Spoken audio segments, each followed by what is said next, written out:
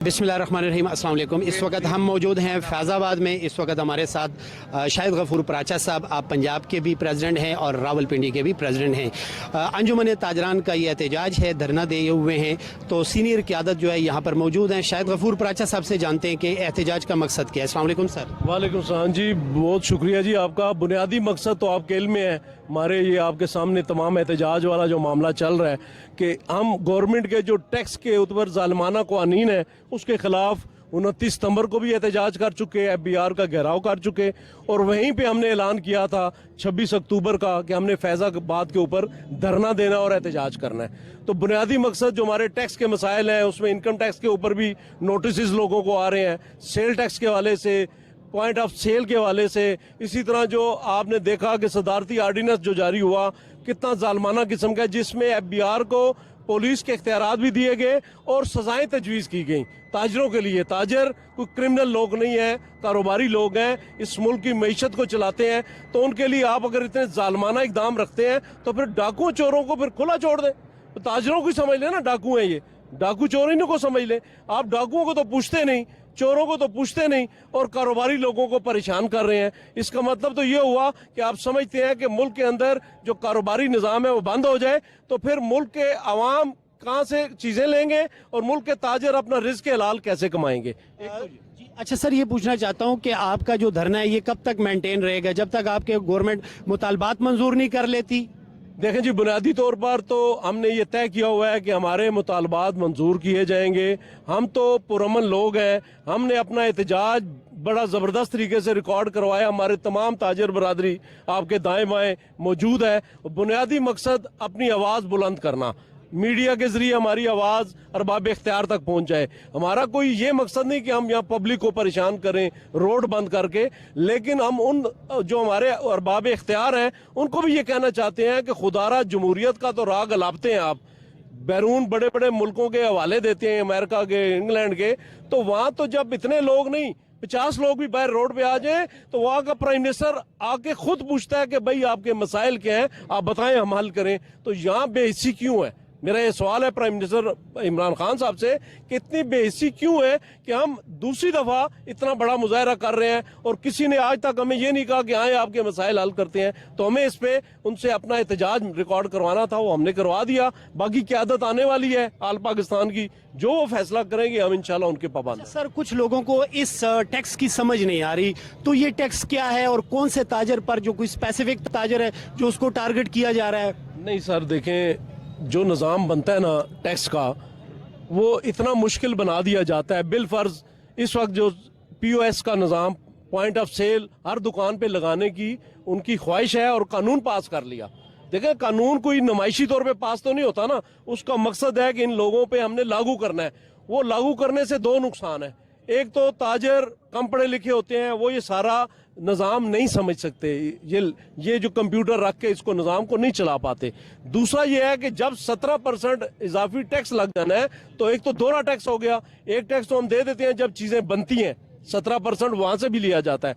एक टैक्स जब दोबारा ताजर भी लेंगे और लेके गवर्नमेंट को जमा करवाएंगे तो किससे लेंगे? अवाम से। ये नुकसान अवाम का भी है। महंगाई जो पहले ही बहुत ज्यादा हो चुकी है वो और बढ़ जाएगी। 1 लाख की चीज के ऊपर आप 17,000 फालतू देंगे तो रेट बढ़ गया ना। तो सर, आज के एहतजाज में महंगाई भी शामिल है, क्योंकि आप जानते हैं कि हर गरीब आदमी पिस चुका है, 2 वक्त की रोटी पूरी करना मुश्किल हो गई है। एजेंडे का हिस्सा है जी ये जो महंगाई, जालमाना महंगाई शदीद से शदीद तर होती जा रही है, जिसमें जो तनख्वाहदार तबका है वो अपना गुजर बसर कर ही नहीं सकता। एक तो होता है ना मुश्किल से करना, कर ही नहीं सकता। मैं ये समझता हूँ कि हुकूमत को सोचना चाहिए कि जब डॉलर का रेट बढ़ेगा, पेट्रोल का रेट बढ़ेगा, बिजली और गैस का रेट बढ़ेगा, तो अंधा, अक्ल का अंधा भी ये समझ सकता है कि महंगाई बढ़ती है, और वहाँ पे प्राइम मिनिस्टर ये कहें कि घबराना नहीं, तो बड़े अफसोस की बात है। अच्छा सर, आप बताएं आप कहाँ से तशरीफ लाए हैं? मैं अंजुमन ताजरान बाजौल कौमी इत्तेहाद की तरफ से पेश आया हूँ। अभी पहले से महंगाई है, अगर ये टैक्स लगाएगा तो महंगाई और ऊपर जाती है। तो हुकूमत से दरख्वास्त है कि वो आकर हमारे साथ बातचीत करे और इस टैक्स को वापस ले। तो पेट्रोल महंगा है, बिजली का बिल महंगा है, गैस का बिल महंगा है, तो ऑलरेडी महंगाई है, तो ये गरीब आवाम के ऊपर बोझ है, फिर चीनी भी और महंगा होगा। सर मैं ये पूछना चाहता हूँ, वो धरना एहतजाज जब करते थे, इमरान खान साहब का रिकॉर्ड धरना था, उसमें उन्होंने बहुत सारे सबज बाग दिखाए थे। जैसे प्राचा साहब ने बात की कि जब डॉलर महंगा हो तो वजीर आजम चोर, आटा महंगा हो तो वजीर आजम चोर। ये वादे आपको याद है कि नहीं? याद है, क्यों याद नहीं है, याद है, लेकिन हम जो करते हैं ये अवाम के लिए करते हैं। ताजर, आपको पता है कि ताजर के साथ सारी अवाम टच है, हमारा सौदा ऊपर जाती है, महंगा होती है, जब महंगा होती है तो वो अवाम के ऊपर असरात होते हैं। तो हम वो लोग नहीं है कि हमारे पास डॉलर है, हमारे पास फैक्ट्री है, हमारे पास पेट्रोल है, हमारे पास ये हुकूमत के पास है। ये हुकूमत ने कंटेनर के ऊपर ये बात किया और हम उस वक्त भी इनके खिलाफ थे, अभी भी हम खिलाफ है कि मेहरबानी को, एबीआर को इस टैक्स को वापस करना है, ताकि महंगाई और भी बढ़ जाती है। काम नहीं है, अभी 3 साल के अंदर बिल्कुल काम खत्म है। ताजर एक हुजरी का काम नहीं है, कोट वाला का काम नहीं है, गाड़ी वालों का काम नहीं है, ऑप्टिकल वालों का काम नहीं है, मोबाइल का काम खत्म, सब काम खत्म है, काम खत्म है। तो टैक्स किस जगह से हम उसको देते हैं? टैक्स ऑलरेडी पहले से मौजूद है, बिजली के ऊपर टैक्स है, गैस के ऊपर टैक्स है, आटा के ऊपर टैक्स है। ये ताजर सब ताजर इसको अदा करते हैं। तो अगर ताजर इसको पकड़ दखल होगा तो अल्लाह हाफिज, अभी उसके पास कोई चारा नहीं है। दरख्वास्त है कि मेहरबानी करो, ताजर को तंग न करो, ताजर के ऊपर जो टैक्स है इसको वापस करो। बहुत शुक्रिया सर। सर आप क्या कहना चाहेंगे स्पेशली आज के एहतजाज के? जी सर। मेरा नाम जावेद भट्ट है, मैं गुजरात से आया हूँ और हम ताजर जो हैं बुनियादी तौर पर अवाम की जंग लड़े हैं। टैक्स ताजर पर नहीं लगता, लेकिन हम उनको ये बताना चाहते हैं कि जो टैक्स आप एक बार जब फैक्ट्री से माल निकला तो आप 17% सेल टैक्स हमसे ले चुके हैं। तो इसके बाद जब आप कहते हैं कि ताजर दोबारा आवाम से लेकर हमारा एजेंट बने गवर्नमेंट का और आवाम से दोबारा लेकर हमें खजाने में जमा करवाए, तो हम ये उनको बताना चाहते हैं कि हम 2 दफ़ा टैक्स आवाम के खून से निचोड़ कर नहीं ले सकते। ये ज्यादती है कि एक दफ़ा फैक्ट्री से जब माल निकलता है तो उस वक्त टैक्स देती है आवाम, और एक जब इम्पोर्टर एयरपोर्ट पे आता है या बंदरगाह पे आता है तो वहाँ 17% लेता है। अब गवर्नमेंट चाहती है कि डबल टैक्स ताजर लेकर आवाम से आवाम का खून निचोड़ कर हमें हमारे ख़जाने में जमा कराए। हम ये लड़ाई जो है बुनियादी तौर पर पूरी 22 करोड़ आवाम की जंग लड़े हैं। इसमें सहाफ़ी भी हैं, इसमें तलबा भी हैं, इसमें किसान भी हैं, इसमें हर तबका शामिल है। और यकीन जाने कि ये गवर्नमेंट बहुत ज़्यादती कर रही है कि ये डबल टैक्स ले रही है, 17% सेल टैक्स डबल ले रही है। हम उसके खिलाफ, ये हमारा एक ही नारा है, जीना होगा मरना होगा, डरना होगा, जीना होगा मरना होगा, डरना होगा। अच्छा सर, मैं प्राचा साहब एक बात आपसे पूछना चाहता हूं। जैसे हमें कहा जाता है कि इमरान खान साहब की जो गवर्नमेंट है वो आइंदा नस्ल की तरफ देख रही है, आइंदा 10 साल बाद 5 साल बाद जो है हमारा मुल्क यूरोप की शक्ल इख्तियार करेगा। हम उम्मीद करते हैं अल्लाह करे, लेकिन ये जो 10 साल में जो खुदा न खास्ता दुनिया से जाएंगे, उनका क्या कसूर है? सर इस हवाले से भी जरा बताएं। देखें जी, पहली बात तो यह है कि हमें फ़ख्र है कि हम पाकिस्तानी हैं और फ़ख्र है कि हम मुसलमान हैं और हुजूर की उम्मत है सल्लल्लाहु अलैहि वसल्लम। और उनके हवाले से तो आपको पता है कि हमें ये भी फ़ख्र है कि हम ताजर हैं उनकी निस्बत से, वो खुद ताजर थे। तो बात यह है कि हमें तो ये खुशी है कि हमें अपने मुल्क में रूखी मिले सूखी मिले, हम खाएं और अपने मुल्क के अंदर रहें। हमें ये जो नारे लगाए जाते हैं और जो सपने दिखाए जाते हैं, ख्वाब दिखाए जाते हैं, हमें इनकी ना ज़रूरत पहले थी ना अब है। हम तो ये समझते हैं कि हमारा मुल्क तरक्की करेगा, हम सब तरक्की करेंगे। हम अपने मुल्क के लिए टैक्स पहले भी देते आए हैं, अब भी देते हैं और देते रहेंगे इंशाल्लाह। लेकिन हमें ज़ालमाना क़वानीन के ख़िलाफ़ एक जहाद का हमने इरादा कर लिया है और जब तक ये जुल्म ख़त्म नहीं होगा इंशाअल्लाह ताला हमारे ताजर इस हुकूमत के खिलाफ अपना किरदार अदा करते रहेंगे। आवाम के लिए क्या मैसेज है? आवाम के लिए कि जो लोग आपका ये वीडियो देख रहे हैं वो आपको ज्वाइन करें, क्या रिक्वेस्ट करेंगे आवाम से? मेरी रिक्वेस्ट है, जहाँ तक मेरी आवाज़ पहुँच रही है अपने ताजर भाइयों से, तमाम शहरियों से कि हम आपकी लड़ाई लड़ रहे हैं। आज बहुत बड़ी तादाद में यहाँ पे ताजर भी मौजूद हैं, शहरी भी मौजूद हैं और हर तबके के लोग यहाँ पे मौजूद हैं, सिविल सोसाइटी के लोग मौजूद हैं। मैं जो लोग मेरी आवाज़ सुन रहे हैं और यहाँ पे मौजूद नहीं है, मेरी उनसे ये रिक्वेस्ट है, दरख्वास्त है कि हक की खातिर आप भी बाहर आएँ और फैजाबाद चौक में पहुँचे और हमसे इल्हाक करें। बहुत शुक्रिया। बहुत शुक्रिया, थैंक यू सर। रहीम, इस वक्त हम मौजूद हैं फैजाबाद पर और अंजुमन ताजरान रावलपिंडी की क्रीम जो है इस वक्त मेरे साथ खड़ी हैं। मेरे साथ राना खुरम साहब हैं, वाइस प्रेसिडेंट हैं। आप अंजुमन ताजरान रावलपिंडी के प्रेसिडेंट हैं, मिडवे शॉपिंग मॉल के जो हैं हमारे रावलपिंडी की क्रीम यहाँ पर मौजूद है। क्या कहना चाहेंगे, आज के एहतजाज का क्या मकसद है सर?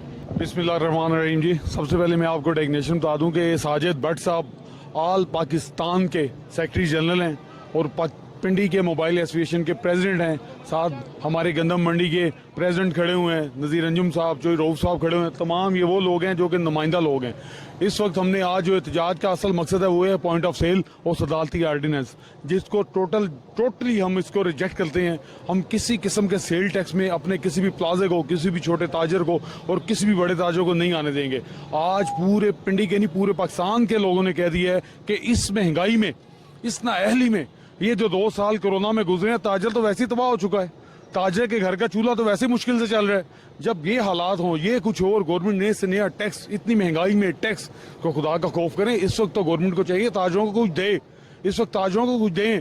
कोई छोटे ताजरों को 5 लाख, 10 लाख, 50 लाख रुपए कर्जे बगैर सूद के दें, उनको रिलीफ दें ताकि वो अपने घर के और इस पाकिस्तान को चलाने में अहम किरदार अदा करें। ये ना करें कि उनकी गर्दन काट के उनको चौकों पे, चौराहे पे लिटाने की और ऊपर टांगने की जो कोशिश की जा रही है, इसको हम कंडेम करते हैं। और इंशाअल्लाह ताला किसी भी दुकान पे कहीं भी हम ये सेल टैक्स नहीं लगने देंगे। इसमें हम सब मुत्तहिद हैं अल्लाह के हुक्म से, और अल्लाह ने चाहा तो इंशाअल्लाह ये जो IMF का एजेंडा है ये पहले भी नाकाम हुआ, 15 साल से नाकाम हो रहा है, और इस बार भी मलिक शहर फ्रूट प्राचा जो हमारे पिंडी के और पंजाब के प्रेसिडेंट हैं और तमाम गियूल ताजरों ने उनकी क़यादत में इसको रिजेक्ट कर दिया है। इंशाअल्लाह ये नहीं मानते हम इसको, ये जुल्म के ज़ाब्ते हैं और जुल्म के ज़ाब्ते हम नहीं मानते। अच्छा, सबसे गुजारिश है जो यहाँ खड़े हैं वो लाइट मोबाइल की इनके फेसेस पे दे दें प्लीज जरा। जी, हमारे साथ ऑल पाकिस्तान मोबाइल एसोसिएशन के जनरल सेक्रेटरी हैं साजिद भट्ट साहब, आप क्या कहना चाहेंगे सर प्लीज? औज़ुबिल्लाहिमिनश्शैतानिर्रजीम, बिस्मिल्लाहिर्रहमानिर्रहीम। सबसे पहले तो इनकी गलत पॉलिसियों की वजह से मोबाइल की जितनी भी इंडस्ट्री है, इन्होंने बिल्कुल उनको बेरोज़गार कर दिया।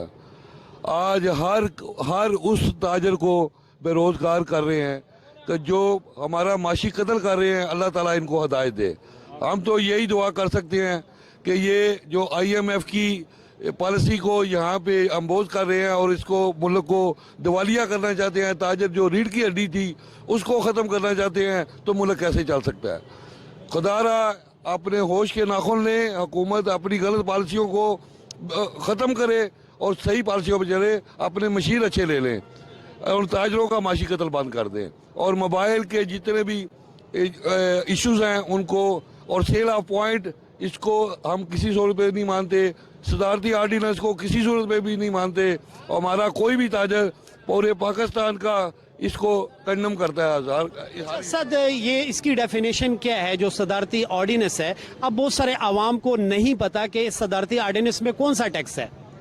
सदारती ऑर्डिनेंस जो उन्होंने दिया है, जो FBR को थानेदार बनाया गया है कि हर ताजर को जाके सेल ऑफ पॉइंट पे जबरदस्ती उसको अपना उसमें लगाए सेल ऑफ पॉइंट। ये कौन सा तरीका है कि एक छोटा ताजर है, उसके पास आसाब ही नहीं है, तो कैसे वो अपना कर सकता है? और उसको 10 लाख से 30 लाख तक जुर्माने की उन्होंने नवीस बना दी है कि आपको ये भी हम करेंगे। ये कौन सा तरीका है? ये सदारती आर्डिनेंस, ये कोई काला कानून वाला ऑर्डिनेंस है, इसके अलावा तो कुछ नहीं हम कह सकते। बात यह है कि पाकिस्तान का टैक्स, कोई भी जो ताजर है टैक्स दे रहा है, डायरेक्टली भी दे रहा है और इनडायरेक्टली भी दे रहा है। और ये जो सदालती ऑर्डिनेंस है जिसको हम रिजेक्ट करते हैं, ये वो सदालती ऑर्डिनेंस है कि जो एक चीज़ बन रही है, मैंने ये कपड़ा पहना हुआ है, हम कहते हैं 17% टैक्स लें, हम बिल्कुल लेना चाहिए इनको। वहां से ले जहां से जनरेट होता है, जहां से एक जगह से बनता है। ये नहीं कि कपड़ा 17 जगह पे फैलता है, 50 में हाथ में आता है तो हर जगह पे टैक्स लेंगे। ये है पॉइंट ऑफ सेल कि एक एक दुकान पे लगेगा एक चीज। भाई 10-10, 15-15 हाथों में बनती है और बिकती है। हर जगह पे 17% टैक्स देंगे तो ये मुल्क तो वैसे ही तबाह हो चुका है।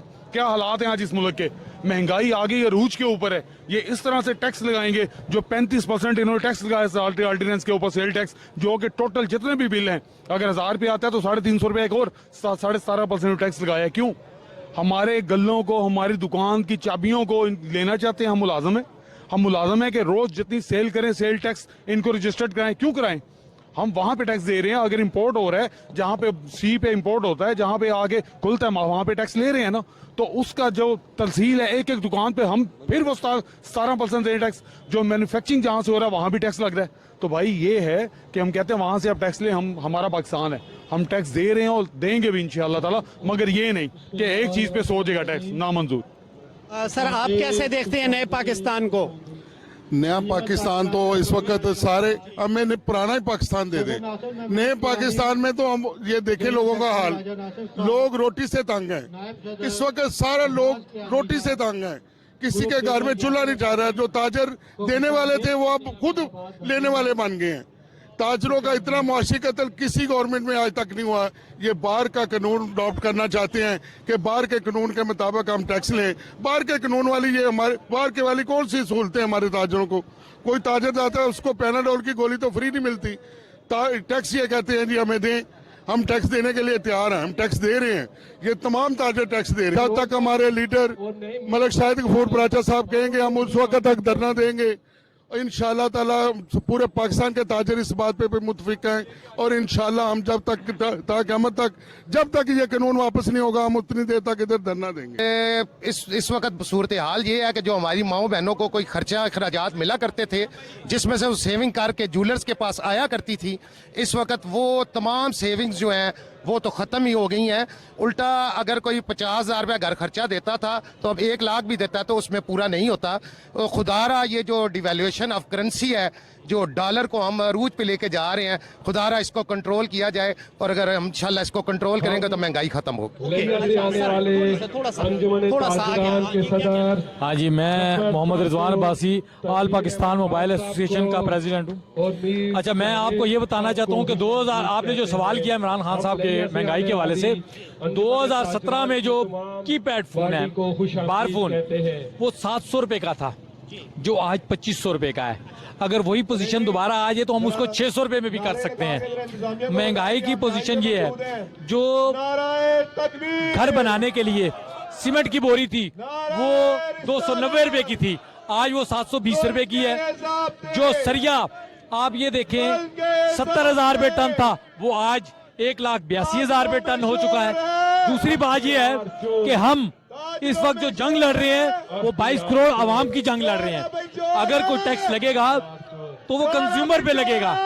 इश्याए खुर्द महंगी होगी, अगर कोई कपड़ा महंगा होगा तो वो कस्टमर अदा करेगा। हम 22 करोड़ आवाम की जंग लड़ रहे हैं। और दूसरी बात, अगर पेट्रोल महंगा करने से, बिजली महंगी करने से, गैस महंगी करने से और अदारों को लीज पर करने से, फरोख्त करने से मुल्क स्टेबल नहीं हो पा रहा, तो ये टैक्सेस लगाने से भी नहीं हो पाए।